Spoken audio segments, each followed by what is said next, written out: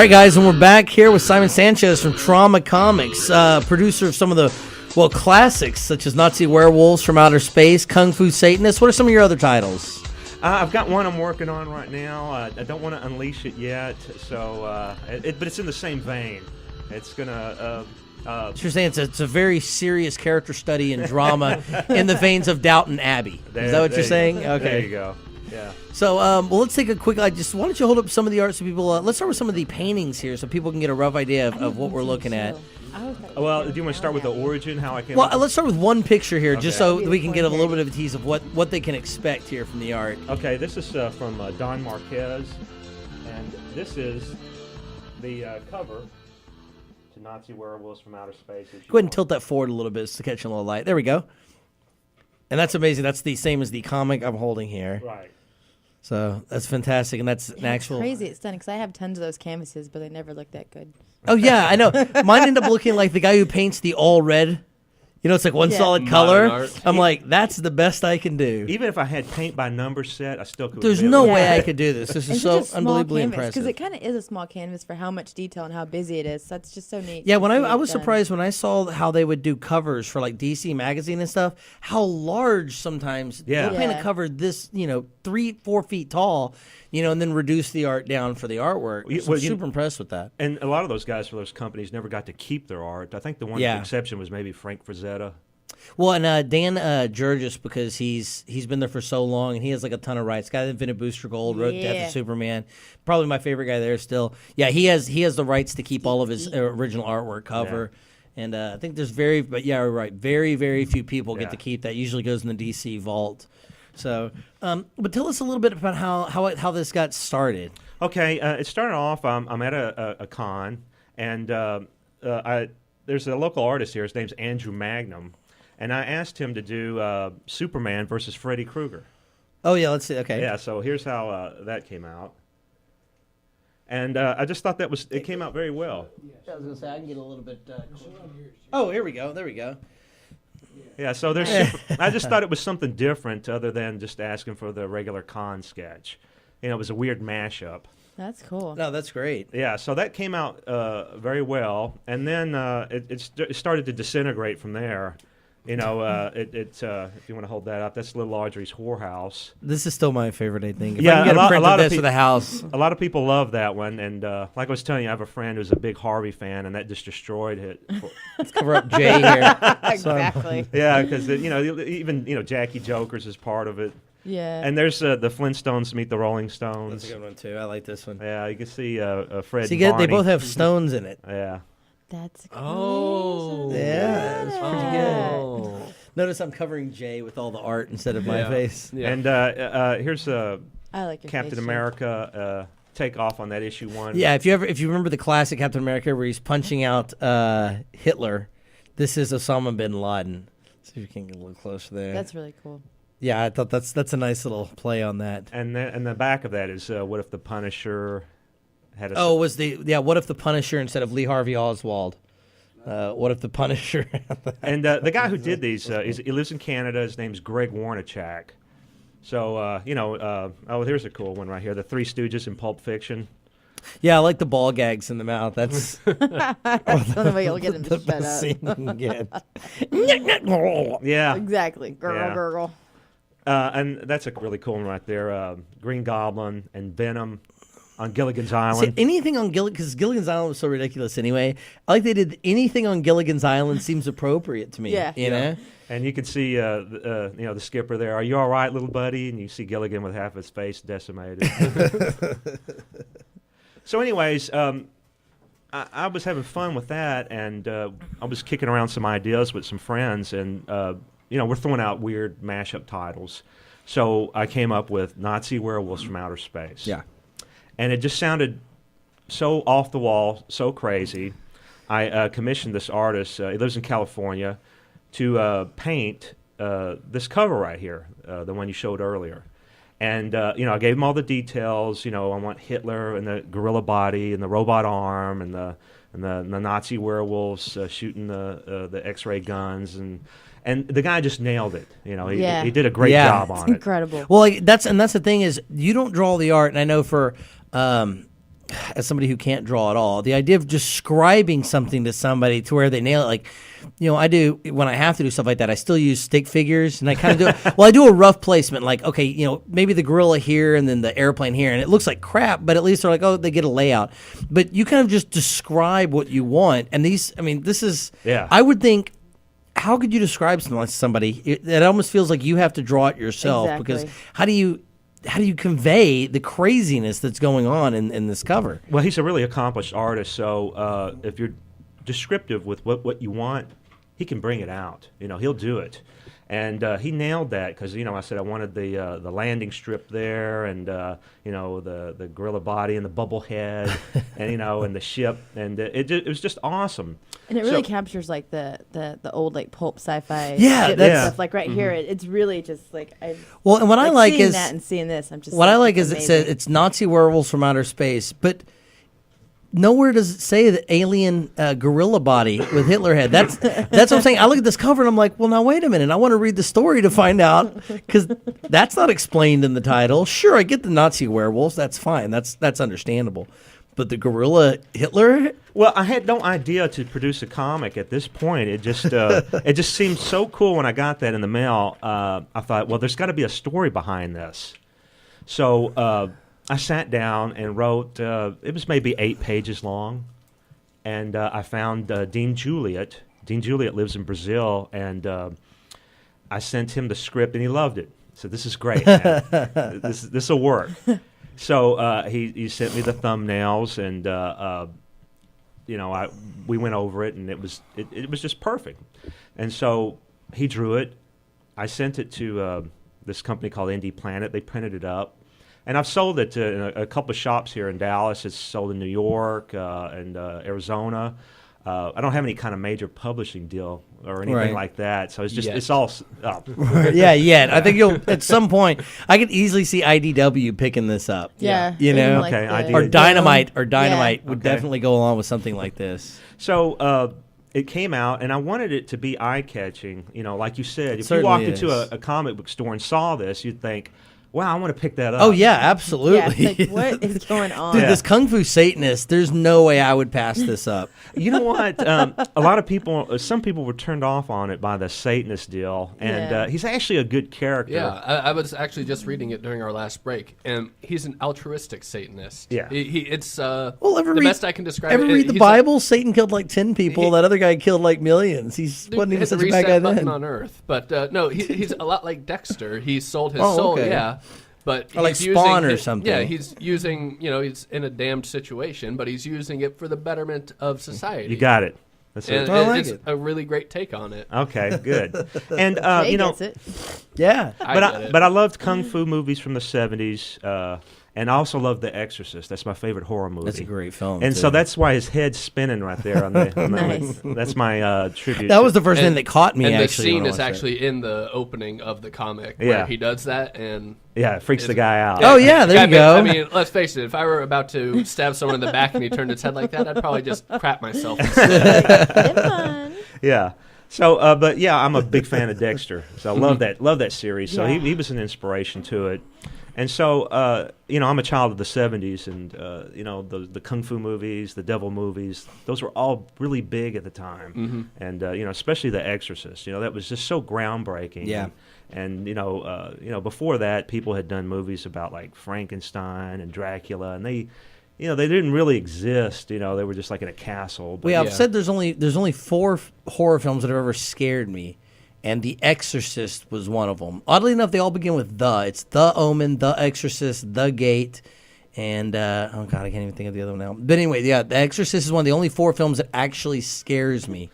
Poltergeist didn't scare me because it didn't have a the at the beginning. Event Horizon was probably one of the movies that have scared me. See, that didn't freak me out. I loved it. I love loved space it. and I love aliens. But it didn't freak me out an actual ship can break the boundaries and go to hell and come back alive as a possessed ship. That's fucking creepy. See, for some reason, I never watched it as a horror film, and I guess it is. It's supposed to be. Because it brings all your demonic fears. Right. I just watched it as this weird sci-fi film, and they brought things back from the void. I never watched it as a horror film. My dad showed me Tremors when I was a little kid. Okay. It scared me. Okay, that may be another one. Tremors is when I was a kid did scare me. Now it's laughable. Now it's hilarious. Well, but like Reuben McIntyre with a gun. But, like, Kevin Bacon's then, acting in the just movie like- scares me more now. I was like, oh my God, I never want to touch the ground again. Like, I wouldn't even sleep on the floor in my own house. Yeah, you know what? I do remember being on a bed watching that movie, and when the movie ended, I didn't want to get off the bed. I was just like, no, I'll agree with the gate. The gate definitely creeped me out. The gate scared me something awful lot. when I was a kid. Yeah, just because. But we have a guest in studio. We should get back to talking to him. Oh, I didn't even know. I But talking about things. taking your dad to your dad taking you to the movies. I was 10 years old when I saw The Exorcist. You know, my dad had a great sense of humor. So it was like giving a hit of acid to a kid. You know, it totally freaked me out. And back then you could smoke inside the theater, and it added to the whole eeriness of it. You know, because you walk in there and it's cloudy and people were actually running out of there. Yeah. Wasn't that one of the first movies people refused to sit all the way through? Yeah. Since like that one where a train was coming at the audience, the birth of film. Yeah, I never saw it in theaters, but my parents would tell me that, people, half the theater would empty out by the time she was spitting up vomit. And I also remember that you had to wait in line. There was a huge line. There was no multi-theaters back then. Yeah. So it was just only like, it was showing here at the Wilshire. I don't even think that exists anymore. anymore. Not anymore. But there was huge lines around it, But that was the origin of Kung Fu Satanist. I think it's a great place to come from. Yeah. I don't know if you want to show the art for that. Yeah, absolutely. And also Don Marquez. I think it's the same artist. Don Marquez did this, yeah. And that's what's I can kind of see just with like the It's what's so amazing about just very similar style. And then now, how did they render it down? Okay, obviously he's painting this. What did they do? Did they take a picture of this, or how did they get it? How did they translate it to this? I have to take it to a photographer, and he takes a photograph. And if you flip the comic open, there's the original sketch inside. Well, because I can actually notice if you look at the artwork on the covers of the comics, you can actually see the canvas underneath the art. And I thought that's kind of what I was wondering, if it was a scan or. I thought that every cover was hand painted on shrinky dink wrap, and then he just puts it in the oven. Yeah, that's what. And it gets shrunk. Oh, I see what you're thinking. No, Jay, that would be silly. They don't. Oh. That's what they do for the first one. Okay. And then they put it on a copy machine and just run them both off. Oh. See what he's saying? See, He thought they just shrunk each one of these. Yeah. See, I thought it made What sense. a silly man you are. I thought they just somehow scanned it in on a big scanner. That's kind of what I figured, but I guess the photography makes a little more sense. But there's a really cool double page that Dean Juliet did, and double page spread, and it gives you an idea of how great the guy is. And like I said, he and I have never spoken. English is a second language. That is so weird to me that you've never spoken. Meter, yeah, and we just communicate by emails, and this guy is able to nail this stuff, right on the money. Out of curiosity, do you have to pay him for this, or does he work on? Oh yeah. Well, I'm just wondering because I have a comic that I've always wanted to produce, and I can't draw for anything. What does something like this go for to have somebody? The paintings approximately are $300. That's not as. I thought that'd be much worse. Okay. Not. Yeah. Considering. Yeah. Considering that's the details amazing. In and this. here's a really cool double page spread from Dean that is in Nazi wear. Now that's inked right there. Yeah, this was very impressive. Yeah. It's the invasion scene. Yeah. Yeah, it turns out Nazi werewolves are dicks. yeah. Who would have thought? Yeah. I mean, you don't necessarily make that connection right away, but yeah, that's the way it turns out. I've gotten comments from people that compare it to like Mars Attacks. Exactly. I can see that. It is old, like, top style. But I don't. Yeah, the original card set. Yeah, the old tops. Yeah, and in fact, there's a scene in there where the dog gets shot, and that was one of the cards. But I've used like family members' names in here. Giving shout outs. Well, some. I think I got a. Nephew gets killed, and Merry Christmas. Yeah, my next comic, and you die. Yeah, you piss me off, I'm gonna kill you off in the comic. So, anyways, that did the Nazi werewolf sold okay, and I was happy with that. So, here's the cover for issue 2, and I was also a big fan of this is a bondage, needle to the eye, headlight, decapitation cover. See that? Yeah. Yeah, I don't know if you can catch all that there. The decapitation head to a horse. Yeah. Oh, yeah. And see, back in the 50s, God, I love that. the headlight covers are the headlight term is referring to the woman's Well, yeah. But back in the 50s, they would use that to sell comics. Oh, absolutely. Yeah, this is just screams pulp. Yeah, the damsel in distress with the monster and stuff. Especially the needle in the eye thing. Yeah, that's totally. Yeah, and bondage. Those were all big sellers back in the 50s. It's weird and creepy, kind of like a Wally Wood style, but even more like not perverse for lack of a better word, but more like to where it makes you think a lot more. You can use perverse, because his stuff was more black and white, and it would just be kind of weird. But this just makes you think, like, what the fuck's going on? Exactly. I love it. This makes you want to pick it up. Yeah. And notice it. Here's something I noticed. I don't know if it was intentional or not, but for some reason, one of the first thing I noticed is the buttons on the sleeve. That is really cool. They look like little skulls. Yeah. So he even managed to get the details. Just great. Yeah. And you know what? I didn't ask Don to do that. He threw that in there. So that's when you know you have a good artist, someone who can actually get the character just from. Well, even things like there's pipe work and ducting, and there's an electrical box that serves no purpose to the story other than it makes the room feel more alive and more visceral. Right. And that's just fantastic. Yeah. So issue 2's going to be ready. It's going to come out like March. Are you doing any conventions to promote this? You know what? Doing like a DCC? I've never done anything like that. I would be scared. I'd sit at a table and nobody would come talk to me or people come and talk to you now. Whether they buy something? That's the difference. Yeah, people always come and talk. I think with those set up around you, people would be drawn. Yeah, I think if you had been offering those as prints, 11 by 20, well, I'm thinking if you had these set up behind you, but then had the covers set up in front where people could see, oh, cool, and relate it down to the comic. But I'm telling you, if I walked up and saw Kung Fu Satanist, this cover, what does one of these go for? Oh, the price of it? Yeah, if you're buying it in a store, retail. $3.99, and it's a full color comic. There's no ads, and that's another thing I wanted. I wanted to control over it. I didn't want any ads or anything like that in there. I just wanted it to be, this is a comic that's coming from a fan, for another fan, like, hey, check this out. See, I'm tempted. I would put ads in there, but fake ads for dill pickle and stuff like that, because I think part of, at least, and I definitely understand this for creating just the whole content for yourself. But one of my favorite things because I have a pretty large comic collection, when I go back through some of my comics from the 70s and 80s, is the TMNT NES video game, and it's I like seeing those, and so. I don't know. I think if I ever got around to doing a comic, I think it would be fun to put in older, just one page of fake ads, or a couple spaced throughout. X-ray glasses. Yeah, exactly. Laser vision Cyclops glasses or something. There you go. That. Antimanium jacket. Yeah, just random weird stuff and then don't give them any way to contact you. Yeah, people would be like, "That sounds awesome." There's no phone number, no email address, no nothing. That's total Andy Kaufman style too. Just a random joke that nobody would ever realize it's a joke, but you. Yeah, I kind of like that idea. Or let them order back issues, but then have no way for them to contact you or anything. Yeah. But no, I completely understand just the love of comics. So wanting to tell a story without having any interruption.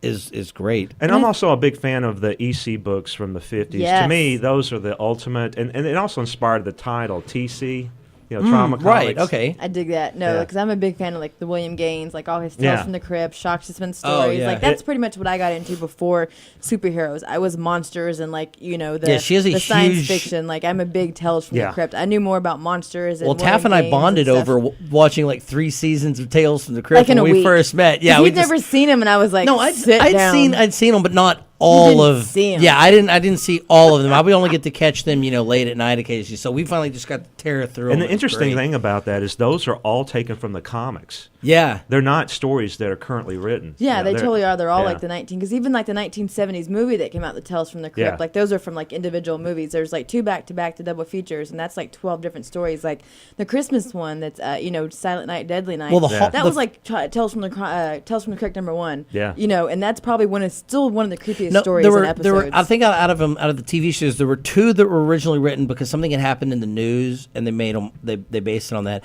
and then of course the movie, the Bordello of Blood. Those were original creations. Demon Knight, right? Demon Knight. Yeah, those were separate. From those comics. Those weren't written from. But everything else was taken from storylines that had already been written. I think there was 9 seasons, and every single episode was taken from an actual book. Yeah. Even Bats in the Belfry. That's an actual. I think it's from 1972. From the and it's not even Tales from the Crypt. I think it's more shock suspense stories from that particular. Yeah, weird stories or something like that. Because I think the Kyle MacLachlan one, the one where he's in the desert with the cop, cuff to him, Yeah, which is Oh, absolutely the one of titles my are so good. favorite ones. I don't think that was originally a Tales from the Crypt. I think that was a Weird Stories. I think it might have been shock story. suspense story. Yeah, something like which that, they're all yeah. kind of still housed under the EC, Right. comics, Oh, and they're yeah. still produced by, the William Gaines. And so it's nice to see someone taking off on that and keeping that lineage going. And one thing you were talking about, if you don't know if people would come up and talk to you at these conventions, people are really eager to support local artists. They really are. Yeah, you'd be surprised if someone came from New York and you were right next to them. They're more likely to come up and purchase stuff from your table, and and I consider myself just kind of an overall fangirl. Like, I go specifically not so much for the signatures and meeting the art, the movie stars. Like, I go for the art. I gotta have fun. Like, to be honest, and I go. And most of the stuff I come home with is from local people that I don't even realize are local. I got this awesome Zatanna print last May, and it's somebody from Austin, like Fu. I can't pronounce his last name, so I'm not going to, because I always feel like a shit when I mispronounce it. But it was like this awesome dragon. Better to give him no credit than partial credit. Murder's name. And he had this Zatanna print with the dragon, and I was like, oh my god, that's the coolest thing. And he's from Austin, and I didn't even know it. So I think this stuff would actually do really well. I had a couple of people that did. I have a little character that I like to use called the Analog Robot, and every time I go, I always like to commission one person, try to find local. Two, I give them this really bad sketch that I've had forever, and I say, can you give me a full body representation, because it's just a little picture of a head, and I say, can you give me a full body of this? And I like seeing what everybody does with the art. I must have 15 different versions of that robot that all have the same basic rectangular red head, but then people draw different bodies or different antennas or different spastic stuff behind it. Right, like yeah. And so there's word these, bubbles. I like having, I have all this, probably 15 different pieces of art that artists have done that I'm collecting from this really, really simple idea. And that's part of the fun of it too, it's just really going and enjoying the art. I mean, I've got stuff from people from Austin and Texas, but even a few from California and the East Coast. But I think if you went, you'd be surprised. I think you would. I think you would do well. If I could draw, I think I would do well at it, because you'd have something to give people, and they would watch you. But I don't know. I'm still kicking around. No, there's even people, what is it, like Atomic Robo or Atomic Robot? Atomic Robot, and Terry Parr does the art for that one Halloween comic I can't think of right now. He's done some stuff for Halloween Man, which Drew Edwards writes. Right, but Drew Edwards is just the writer, and he sits at his table and he's flooded he does with really people. well because he has different artists that do different stuff. I think just really. I mean, the cover art is obviously going to catch somebody's eyes, but this is different than what a lot of other stuff I see. It is. I see steampunk, I see sci-fi up there. Not enough sci-fi. I see more like comics and superhero stuff, but shit like this. But classic weird suspense tales, pulp. You know who the Marvel Zombie guy, Swaydom? I love. Now awesome. in issue 2, his art will appear in it. He did a con sketch for me. Wow. And he zombified Hitler. Oh, nice. So it's going to appear in issue 2, and after he drew it for me, I said, hey, man, I was just joking around like, hey, can I use that in my book? He goes, yeah. And that's like unheard of at these conventions because they're really specific about it. Do not use this in print. And this last one, the most time they're under contract, unless they're an independent or freelance artist, you can't. He was so cool with it and said, "Go ahead." And I even emailed him and said, "Hey, are you sure about this? Because I don't want this to come out and you're gonna." It's going to make you mad. Get written confirmation. I enjoyed meeting him. Yeah, he emailed me back and said, it's totally cool with it. So in issue 2, great. you're going to see a zombie-fied version of Hitler from Swaydom. But the last one, Jim Valentino was there. Ah, yeah. And he did a Adolf Gorilla for me. Did he really? Yeah. Nice. I should have brought that one. That's so cool. Yeah. It's really cool because he's one of the co-founders of Image Comics, Right. and what people don't realize is when you see him there, like, he hardly has anybody around him, and it's just like, this is guy's actually kind of a legend. Guy. He's this kind is of a a big fucking guy legend. right here. Yeah. Like, I had the privilege of working with him when I went to St. Louis last year at Project Comic-Con, and he didn't have that much around him, and so I got a 30-minute interview just talking to him.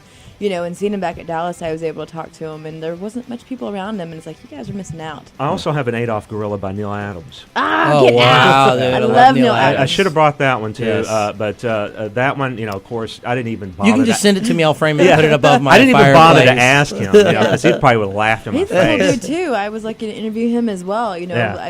Surprisingly enough, I've been lucky to interview some of the bigger names, and Neil Adams seemed like one of the coolest people. I mean, he will just talk. You don't even have to ask him a question; he'll just go. And getting back to the EC books, Al Feldstein is still alive. Yes. And still takes commission, and he recreated Tales from the Crypt number 24 from me. Yeah, him and Jim Salisbury. That sounds tasty. It's like a good pie. Or maybe it's Salisbury or something like that. But he's one of the main artists for the Tales from the Crypt comics they were putting out over last year. And with Tales from the Crypt, they only do maybe 2 a year. They don't put out as many as they used to. It's not a monthly thing. Yeah. It's not anymore. But Al Feldstein is still alive.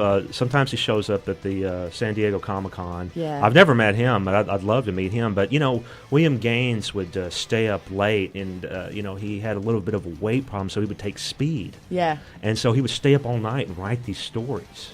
And that's the origin of all these crazy stories. That's why they go from one to one to one. That sometimes they make sense. Well, they always had a twisting ending to it. That was yeah. and that's how I wanted these to end. Nazi Werewolves ends with a cliffhanger. Kung Fu Satanist is a complete story, but I always wanted. I'll admit, it took me a while to understand the ending of the Nazi Werewolves, but it finally dawned on me. This is the barcode they scan. Oh, yeah. To give you the price. Right. It took me forever to understand that ending. Did not get it at all. Fucking Del's Pickle. One of the biggest names in comics. Breaking it down. There's a hidden meaning there to that barcode, man. Oh, there's sketches, man. I thought, man, this story totally went off when it got to the sketches there. It's like, what are these guys doing? No dialogue, and they're just standing around. Totally didn't understand that ending at all. And that back page art came from Jason Flowers. He lives in Georgia, so. Like I said, I was going to show the people, but why don't you go pick up a copy and look at that? You know what? I am sold out completely here in Dallas. Wow, really? I need to hit some more stores. But what are some of the local stores that you could go pick this up at around here? Keith's, nice. Titan, Zeus. We love both of those. Yeah, all three of them. Yeah, and all the names of gods. Yeah, Titans, Zeus, and especially Keith. Yeah. I guess Titans weren't officially gods; they were Titans. But whatever. Back off, internet. And Comic Book Craze in Garland, they were really big supporters of it. But we got a little place called Cosmic Comics opening up in Grand Prairie. No, that's actually been around for about 30 has years. it? That's my hometown. Oh, really? That's where this girl used to Well, get they her Archie contacted comics. me the other day and wanted to talk really? to us. Yeah. Yay! So I know they're doing a lot of revamping. So we'll talk to them too. They're a great little place. Yeah. I thought they were. They're under new management. That must be what it is. They've been around for about 35, 40 years. They've been around for a long time. But in Nazi Werewolves 1, the invasion happens. They capture people, and here's a little teaser for issue 2. I think it's over there. We love teasers. Yeah. It's not Jay's the double just page reading. spread. It's just He's like, no, it's can't just talk, it's just a single piece of art. Well, when he no, said not that it one. was a complete no, story, I was like, Okay. well, I have to finish it. Yeah. I got to see how it ends because I got It's just a single piece. right up to the climax. just a little one shot, yeah. There it is. There it is, okay. Yeah. And then this is a. We're gonna throw this one up on screen real fast. Here the army. All the homies at home. Yeah, the army arrives and they're ready to go to battle with the Nazi werewolves. So we have a worlds colliding here. Very nice. The Nazi werewolves versus mankind. Is this all? I'm sorry. Is this all self-published, or do you? Right. Do you do any sort of Kickstarters? Or No, stuff I don't like do any of that, and I hate God that. bless you. I do too. I hate people asking. I hate Kickstarters. I hate too. that, man. And I too. know people have to, go to that function to get their books going. I understand that, but I don't know. Kudos to you for being able to do No, this. if you can kick it out without, yeah. Because Well, I that work 2 means jobs, so.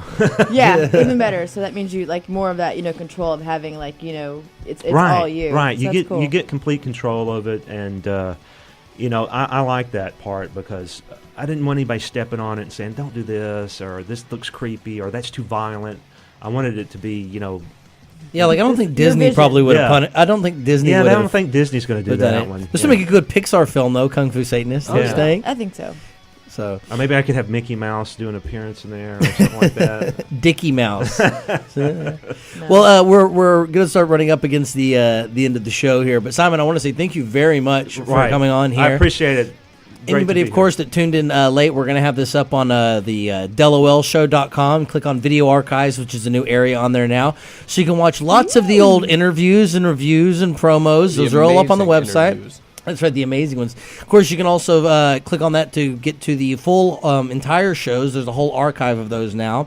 If you go through Deep Ellum on Air and click Video Archives, you're going to be able to get to all of our old shows. But it was wonderful having you in. I'm thrilled to go through this. And of course, next week we'll be reviewing Nazi Werewolves from Outer Space 2. And I believe that's the second one of the series. Am I right in Right, that? right. Okay, I I thought only maybe have it was. one. I don't have Well, I two. thought it was going to be he's going to send us the PDF. PDF. There it is. Sorry. So I Forgot thought maybe it was already. this George Lucas thing where he's going to be like the next one's number 7, and then he's going to go back to -3, and then something like that. But check me out on Facebook on Trauma Comics. yeah, what's Yeah. okay? Is that the best way to reach you and find out about? Right. Just go to I also have a fan page for Nazi Werewolves from Outer Space, and I have a fan page for Kung Fu Satanist. Awesome. And of course, stop into Keith's Titan Zeus. Make sure you pick up a copy of either Kung Fu Satanist, Nazi Werewolves from Outer Space, or Nazi Werewolves from Outer Space 2, The Thirst for More Money. Right. So, let's see. But of course, you've been watching the DELoL show with Taffeta Darling, Jane Eric, and me, your wonderful, what's first? beautiful, handsome host, Del Pullen. We'll see you next week, where I believe we're going to have I'm the guys greater from. than Jay. Yes. Greater than Jay. Is that the greater sign? Yeah. Greater than Jay? No, that's the less. It has to face you. Idiots. You see I'm what I have to greater. deal with every day on this? Greater than this. All right, I'm we've just been gonna watching drink my another. beer. I'm done. You've been watching another perfect episode of the DELoL show. And next week, we're going to have the guys from the Dallas Brew Scene on. We're going to be talking a little bit about craft beer. And we're going to be reviewing the Nazi Werewolves, number 2. All right. But once again, man, thanks for coming on the show. All right. Thank you so much. You're welcome for us letting you be in here. Thank you.